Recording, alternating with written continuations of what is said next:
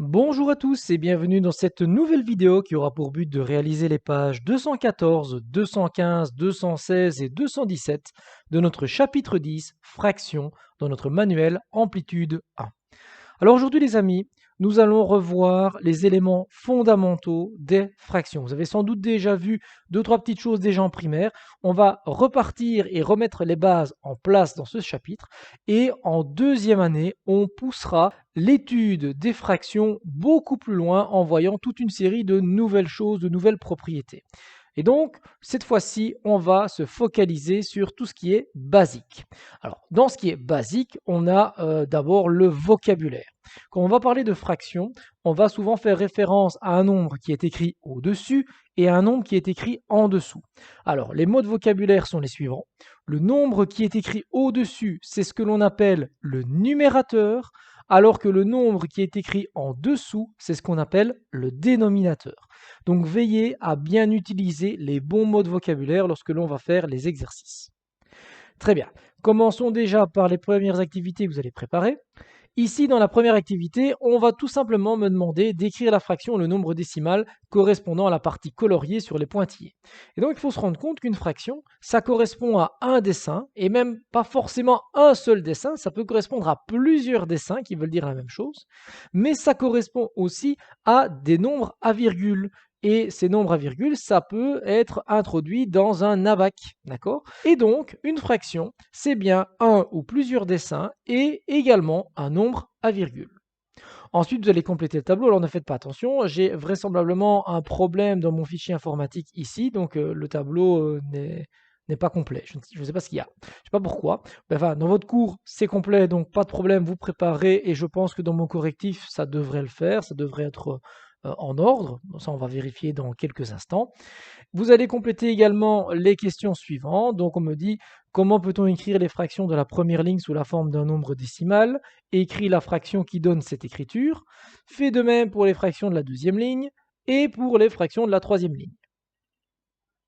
Ensuite, nous allons essayer de faire une valeur rapprochée de la fraction. Nous allons nous rendre compte que 1 tiers, eh bien, ça tombe pas juste. C'est un nombre qui ne s'arrête pas, c'est un nombre illimité. Et on va essayer de l'arrondir. On vous montrera comment faire pour l'arrondir. Et alors, première bonne nouvelle, cet exercice-ci, l'exercice 1, on va le barrer, on ne va pas le faire du tout. Donc ça, on le passera, vous pouvez carrément le barrer. C'est un exercice qui a lieu de faire avec des équations.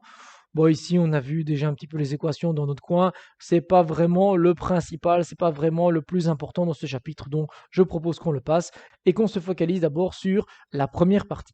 Voilà, vous allez mettre maintenant la vidéo en pause et vous la relancez quand vous avez terminé de réaliser votre introduction.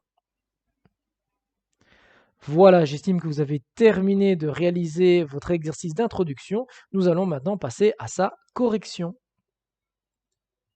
Alors, première chose, ce dessin, c'était un triangle, il était divisé en deux parts égales, et on a colorié une part. Donc, on a colorié une part sur un dessin coupé en deux. Le numérateur, c'est 1, le dénominateur, c'est 2. De manière générale, si on parle d'un gâteau ou d'une tarte, le nombre du dessus, c'est le nombre de parts qu'on a mangé. Le nombre du dessous, c'est le nombre de parts qu'on a coupé. Donc, ici, en l'occurrence, c'est le nombre de parts qu'on a colorié sur le nombre de parts qu'on avait tracé. Donc, ici, on a une fraction qui représente 1 demi. Mais si je prends ce dessin-ci est composé d'un rectangle qui est coupé en 10 petits carrés, j'ai colorié 5 carrés. Donc j'ai 5 carrés coloriés sur 10, d'accord? Et 1 demi, c'est la même chose que 5 dixièmes. Et 5 dixièmes, qui vaut la même chose que 1 demi, ça peut s'écrire en nombre à virgule sous la forme de 0,5. 0,5, donc 0 dans les unités et 5 dans les dixièmes. Bah tiens, d'ailleurs, regardez, 5 dans les dixièmes, et ça s'écrit 5 sur 10, c'est-à-dire 5 dixièmes. Vous voyez le lien? Et donc 0,5. On va essayer d'appliquer ça dans notre tableau. Et donc dans notre tableau, on me disait, écris sous chaque figure la fraction correspondant à la partie coloriée. Colorie sur ces représentations la partie équivalente à la fraction que tu as écrite dans la colonne de gauche et indique sous chaque figure la fraction correspondante. Ensuite, on me dit « Écris une égalité avec toutes ces fractions et montre comment passer de l'une à l'autre ». Autrement dit, on va faire les flèches qui m'indiquent par combien j'ai multiplié ou par combien j'ai divisé. Alors ici, j'ai un rectangle qui est coupé en 8 carrés. Donc en dessous, ça va être 8. Le dénominateur, ça va être 8. Et j'ai colorié 2 carrés, donc j'ai ici colorié 2 huitièmes. Et 2 huitièmes, ça va être équivalent à ce dessin-ci, qui est composé de 24 carrés, dont 6 sont coloriés, donc 6 24e. C'est aussi équivalent à ce rectangle-ci qui est divisé en 40 carrés, dont 10 sont coloriés, ça fait 10 40e.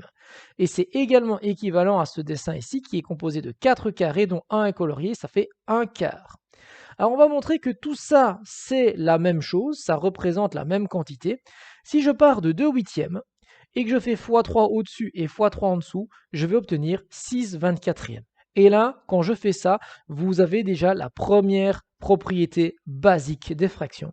C'est que je peux multiplier au-dessus et en dessous, et ça donne une fraction équivalente. Évidemment, il faut que je multiplie par le même nombre, hein, on est bien d'accord. Je ne multiplie pas par 2 au-dessus, par 5 en dessous. Hein. Si je fais x2 au-dessus, je fais x2 en dessous. Si je fais x5 au-dessus, je fais x5 en dessous.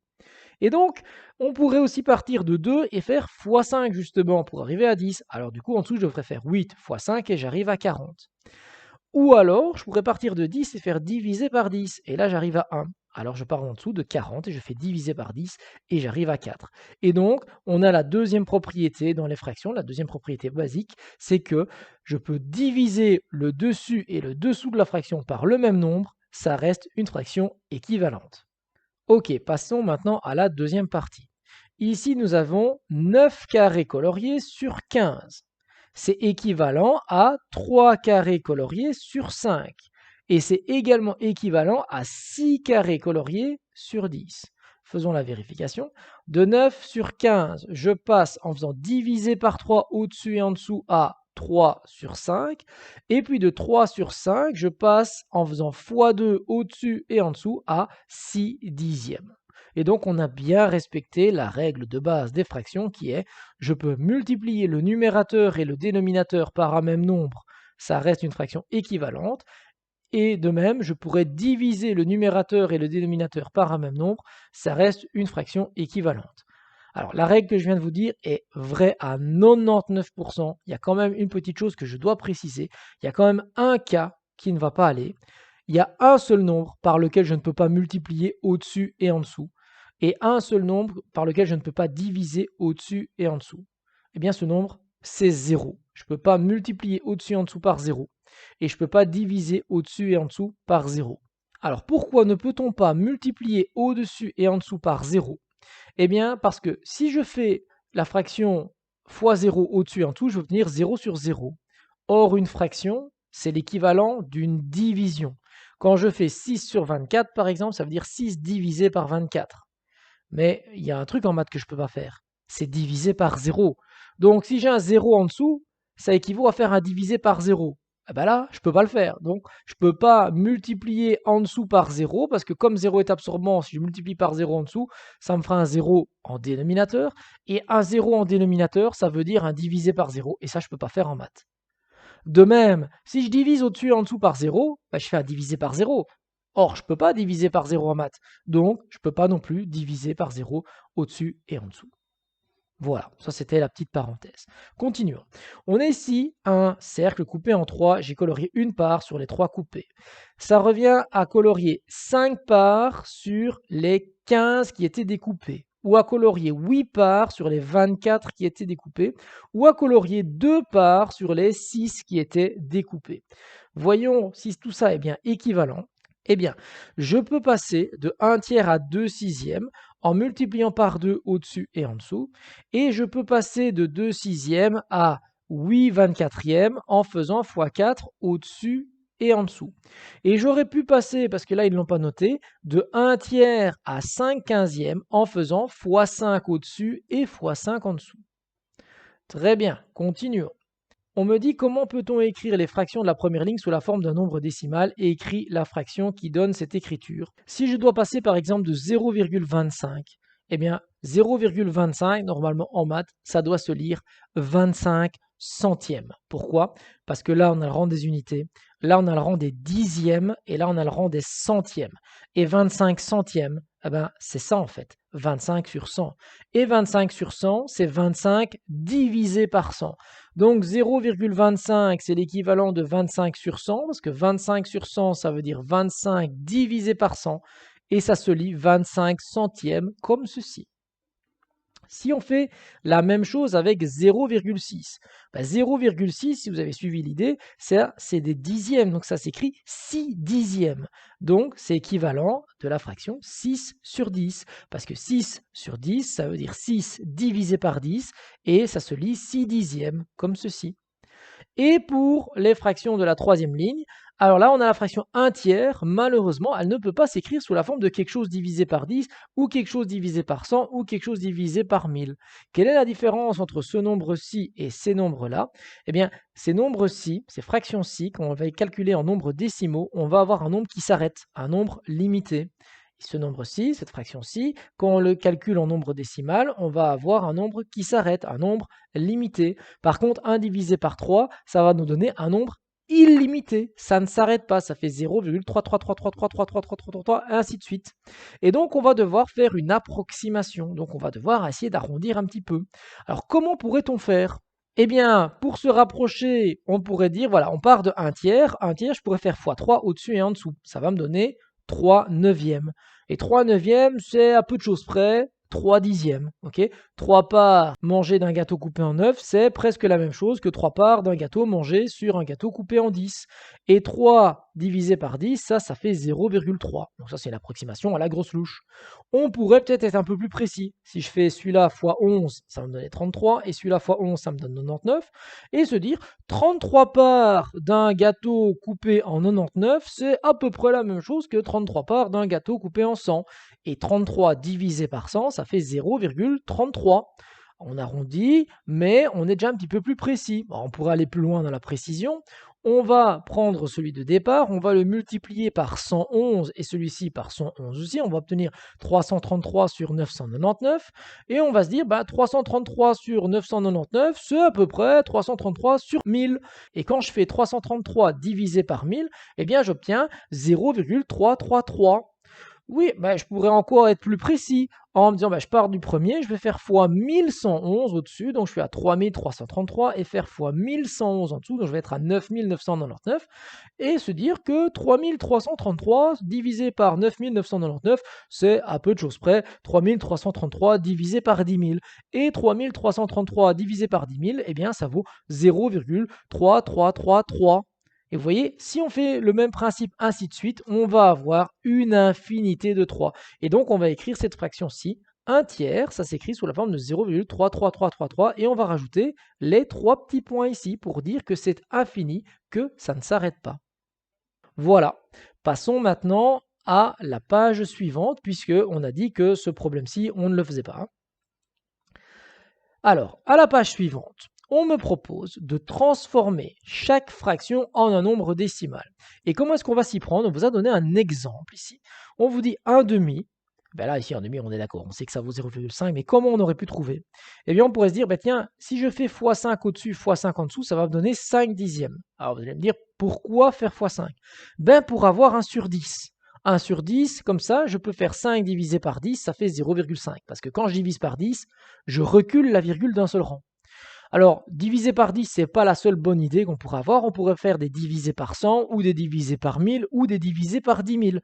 En fonction de la situation, ce sera à vous à choisir. Est-ce que je vais faire apparaître un 10 en dénominateur ou un 100 ou un 1000? D'accord? Alors, on a Amplix qui nous dit, pour trouver le nombre décimal, passe par la fraction décimale équivalente, c'est-à-dire une fraction dont le dénominateur est une puissance de 10. Autrement dit, dont le dénominateur, c'est 10, 100, 1000, 10 000, etc. Ça, ce sera l'exercice 2. Et l'exercice suivant, vous allez préparer également. On va vous donner une droite graduée. Voilà, les gradués de ici 0 à 1, on a toute une série de graduations. Et on va me demander de placer tous ces nombres-ci sur la droite graduée. Et donc, il va falloir les placer aux bons endroits. Je ne vous en dis pas plus, on va corriger ça dans quelques instants. Donc, vous allez maintenant mettre la vidéo en pause et vous relancez la vidéo quand vous avez terminé ces deux petits exercices pour qu'on puisse les corriger ensemble. Voilà, j'estime que vous avez terminé de réaliser les petits exercices. Nous allons maintenant les corriger. Alors, regardons un petit peu. Ici, donc la première, on avait dit 1 demi, c'est 0,5. 3 sur 3, 3 divisé par 3, ça fait 1. Ça, c'est facile. 1 sur 4, 1 quart, ben, j'aurais pu faire fois 25 au-dessus et fois 25 en dessous. Parce que comme ça, je vais obtenir 25 sur 100. Et 25 sur 100, ça veut dire 0,25. 1 sur 5, je pourrais faire fois 2 au-dessus, fois 2 en dessous. Comme ça, je vais avoir 2 sur 10. Et 2 sur 10, ça vaut 0,2, puisque c'est 2 divisé par 10. 1 huitième, je pourrais faire fois 125 au-dessus et fois 125 en dessous. Pourquoi? Parce que 8 fois 125, ça va faire 1000. Donc comme ça, ma fraction ici, quand je vais faire fois 125, ce sera 125 sur 1000. Et 125 divisé par 1000, ça fait 0,125. 1 sur 10, je divise par 10, ça fait 0,1. 3 demi, je vais faire fois 5 au-dessus et en dessous, et je vais obtenir 15 sur 10. 15 sur 10, ça fait 1,5. 2 tiers, alors là, qu'est-ce que je pourrais faire? Eh bien, je pourrais me dire, tiens, je sais que 1 tiers, ça vaut 0,33333, on l'a vu tantôt. Si je fais ça fois 2, ça va me donner le double de 0,33333, c'est-à-dire 0,66666, et j'oublie pas de mettre les 3 petits points. Donc celui-là, il est un peu plus subtil. Alors, on a quoi après? 2 quarts, je pourrais faire fois 25. Comme ça, 2 fois 25, ça fait 50, et 4 fois 25, ça fait 100. J'obtiens 50 sur 100, et donc ça va me donner 0,5. Ou alors, j'aurais pu diviser par 2. 2 quarts divisé par 2, ça fait 1 demi, et retomber sur l'exemple de départ. 1 demi, ça faisait 0,5. 3 cinquièmes, je vais faire ça fois 2, ça va me donner 6 sur 10. 6 divisé par 10, ça fait 0,6. 4 huitièmes, eh bien ici, je vous propose pour faire simple de diviser par 4 au-dessus et en dessous, parce que quand je divise par 4 au-dessus et en dessous, j'obtiens 1 demi, et 1 demi, je sais que c'est 0,5, d'accord? Ensuite, 13 dixièmes, 13 divisé par 10, ça fait 1,3, donc j'ai décalé la virgule de 1 rang. 6 divisé par 2, 6 divisé par 2, 6 demi, ça veut dire 6 divisé par 2. 6 divisé par 2, ça fait 3. 15 tiers, ça veut dire 15 divisé par 3, 15 divisé par 3, ça fait 5. 16 quarts, ça veut dire 16 divisé par 4, ça fait 4. Alors, 14 divisé par 5, là je pourrais faire x2 au-dessus et en dessous, j'aurais 28 divisé par 10, et 28 divisé par 10, ça fait 2,8. 7 huitièmes. Alors, comment je vais faire ici pour 7 huitièmes? Eh bien, on pourrait calculer comme je l'ai expliqué, ou alors on pourrait aller voir ici, regardez, j'ai 1 huitième, c'est 0,125. Si je fais ça fois 7 pour arriver à 7 huitièmes, je vais faire celui-là fois 7 et je vais obtenir 0,875. D'accord? Ou alors je pourrais dire que 8 huitièmes c'est 1. Si j'enlève 1 huitième, de 1 j'enlève 0,125, et bien il va me rester 0,875. D'accord? Et ici, 1265 divisé par 100, ça fait 12,65. D'accord? Vous avez compris que 1265 sur 100, ça veut dire 1265 divisé par 100. Ok? Voilà, donc on a plusieurs trucs et astuces, on a plusieurs méthodes. Il n'y a pas une méthode qui est meilleure que l'autre, mais évidemment, on va toujours essayer de chercher la méthode la plus simple. Regardons maintenant la droite graduée. Qu'est-ce que je vais faire quand je fais un exercice sur la droite graduée? Eh bien, la première chose que je fais, c'est compter le nombre de graduations qu'il y a entre le 0 et le 1. Et quand je compte ce nombre de graduations, je compte qu'il y a 10 graduations. Donc, 10 graduations, ce sont donc tous des dixièmes. Si c'est des dixièmes, 0,6, c'est 6 sur 10. C'est 6 dixièmes. Donc, je vais compter la sixième graduation. 1, 2, 3, 4, 5, 6. Je mets le 0,6 sur la sixième graduation. 1 cinquième, si je le mets en dixième, je fais x2 au-dessus, x2 en dessous. Ça fait 2 dixièmes. 2 dixièmes, c'est sur la deuxième graduation. 1, 2. Alors on fait gaffe, on ne met pas 2 dixièmes, on met bien 1 cinquième. C'était cette fraction-là qu'il fallait mettre. Alors la négative, je la mets entre parenthèses 30 secondes. On va d'abord regarder ici.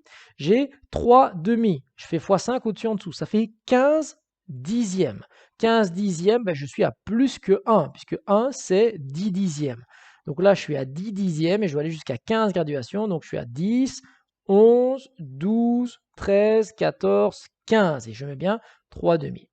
Et 4 demi, 4 demi, je fais x5 au-dessus en dessous, ça fait 20 dixièmes. Je suis à plus que 1, je suis même exactement à 2. Donc 20 dixièmes, là j'étais à 10, 11, 12, 13, 14, 15, 16, 17, 18, 19, 20. Et j'arrive ici. Bon, revenons maintenant sur celle du milieu, la fraction qui est négative. Parce que oui, on peut avoir des fractions négatives puisque une fraction c'est un nombre et il y a des nombres négatifs. Donc forcément, il va y avoir des fractions négatives. Comment je vais faire? Eh bien, je vais faire exactement de la même manière. Je vais compter en faisant x2 au-dessus en dessous pour avoir des dixièmes. Je vais avoir moins 6 dixièmes. Et je vais compter donc 6 graduations. Alors on fait gaffe qu'entre guillemets, on compte à l'envers dans les négatifs. Donc ici, je vais compter pas en allant vers la droite, mais en allant vers la gauche. Donc moins 1, moins 2, moins 3, moins 4, moins 5, moins 6 dixièmes. Je note pas moins 6 dixièmes, je note bien moins 3 cinquièmes parce que c'était la fraction qui était donnée ici. Voilà, cet exercice a l'air de rien, pourtant c'est un des exercices basiques que vous devez maîtriser absolument. Ok, passons maintenant à la suite, au dernier petit exercice pour aujourd'hui, ce sera l'exercice 4, parce que vous voyez qu'après, on passera pour une prochaine vidéo à la simplification de fractions. L'exercice 4 qui est même limite un petit problème, on me dit, le rectangle ci-dessous représente un aquarium vide qui doit être rempli au 9 dixièmes. Si on sait que 1/3 de l'eau doit être à 15 degrés Celsius et que le reste doit provenir de l'ancien aquarium, il faut de l'eau à température ambiante pour acclimater le poisson, représente en bleu l'eau à 15 degrés Celsius qu'il faut mettre dans le bocal, en vert l'eau de l'ancien aquarium qu'il faut ajouter. Alors vous allez mesurer ce rectangle, et ce rectangle mesure normalement dans votre cours, si vous avez bien mesuré, 10 cm sur 5 cm. Ce n'est pas des mesures prises au hasard, hein, c'est prévu pour que ça fonctionne et que ce soit facile. Vous mettez donc maintenant la vidéo en pause, vous résolvez ce petit problème et vous relancez la vidéo pour qu'on puisse le corriger ensemble. Voilà, j'estime que vous avez terminé de réaliser le petit problème. Nous allons maintenant passer à sa correction. Eh bien, tout simplement, si on sait que je dois remplir l'aquarium au 9 dixièmes, l'eau déjà quand on va la remplir, elle va se mettre horizontalement. J'ai 5 cm en hauteur. Je vais donc couper ça en 10 parts. Et si je coupe 5 cm en 10 parts égales, je vais avoir des demi-centimètres. Okay, donc je pourrais faire toutes des graduations pour tous mes demi-centimètres. Et je sais que je dois remplir l'aquarium au 9 dixièmes. Ça veut dire que je vais remplir sur une hauteur qui représente 9 graduations, c'est-à-dire 4,5 cm de haut. Et donc ici, le rectangle blanc du dessus, c'est la partie de l'aquarium dans laquelle il n'y a pas d'eau. Ensuite, donc, j'ai 9 parts ici. Et j'ai chaque fois une graduation pour chaque demi-centimètre. Je sais que je dois avoir 1/3 de l'eau qui doit être à 15 degrés. Donc 1/3 de l'eau que je vais dessiner en bleu. 1/3 des 9 dixièmes. Eh bien, 1/3 des 9 dixièmes, c'est tout simplement 3 dixièmes. D'accord? Je vais couper les 9 dixièmes en 3 parts. Comme j'ai 9 graduations, je coupe en 3 parts, donc ça fait 3 graduations. Donc pour 3 graduations de haut, c'est-à-dire 3 fois 1 demi-centimètre, c'est-à-dire 1,5 cm de haut ici, je vais avoir un rectangle bleu ici qui est en fait l'eau à 15 degrés. Et ce qui reste, c'est les graduations. Donc là, on a 3 graduations. Là, on a une graduation. Donc on a 4 graduations au total sur les 10. Donc il va me rester forcément ici 6 graduations. 6 graduations qui sont à chaque fois des demi-centimètres, c'est-à-dire 6 fois un demi-centimètre. Autrement dit, j'ai une hauteur ici de 3 cm que je vais colorier en vert qui va correspondre à l'eau de l'ancien aquarium. Donc globalement, vous avez une hauteur ici de 1,5 cm en bleu, une hauteur ici de 3 cm en vert et une hauteur ici d'un demi-centimètre en blanc, donc en pas colorié. Et bien voilà les amis, ceci conclut la vidéo pour aujourd'hui. Alors, c'est des petites choses qui ne vous ont peut-être pas semblé très compliquées, mais on est vraiment dans la base ici sur les fractions. Il faut absolument maîtriser ceci. Prochaine vidéo, on attaquera la simplification de fractions, mais je pense que ça aussi, vous en avez déjà parlé un petit peu en primaire. Voilà, sur ce, je vous souhaite une bonne fin de journée et je vous dis à très bientôt pour une prochaine vidéo.